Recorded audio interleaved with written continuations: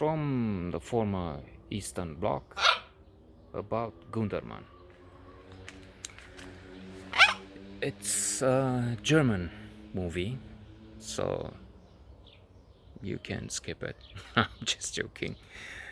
Indeed, even on this very subject, which is at the center of the motion picture Gundermann, you have a wonderful series of movies.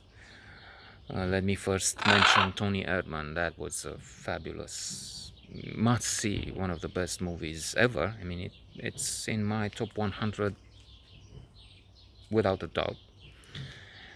And it's not just me, it was appreciated. Made around here. No.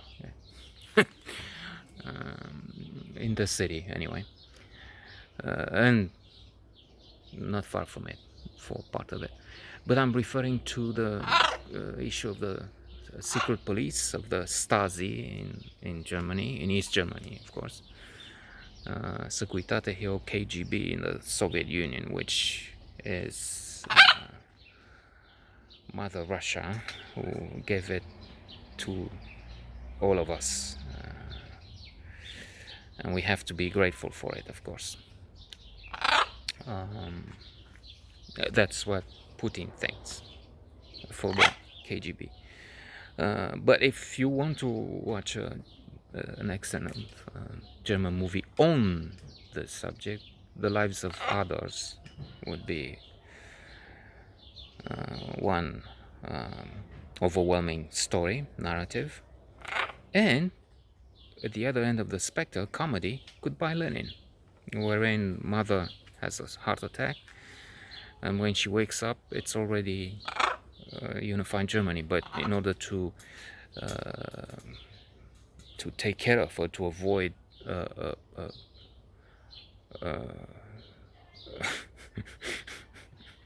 an increase in tension, they must keep this away from her. So they get to buy old cans from East Germany to try and avoid the news on television. They have a friend as a host, as an anchor to lie, give the impression it's still very interesting. Gundermann, I understand he was something of a star, a singer, also a worker, a communist, really, believer in communist ideals. When there's a question, as a meeting to see if the comrades will accept him in as a member of the party, and ask him for the reason, he says, I have the same thinking, the same ideals, more or less.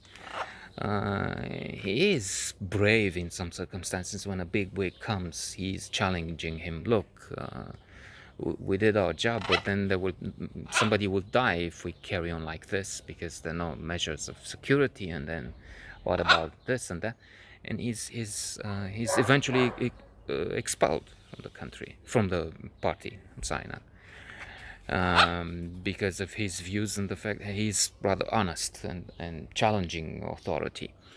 On the other hand, he collaborated with the Stasi, so that's the other aspect, and that makes the character interesting because it's so complex. On the one hand, he has sincere views, which doesn't mean we should appreciate them, which alas some people do. I'm afraid my daughter may be a bit leftist for now. I'm not sure. She's not talking to this rotten capitalist conservative guy. That's me. But I'm thinking Bernie Sanders and his popularity. Bernie Sanders, a man who had his honeymoon in Moscow, of all places, in the days of the communist Soviet Union. So he didn't get too much out of that experience, I'm afraid.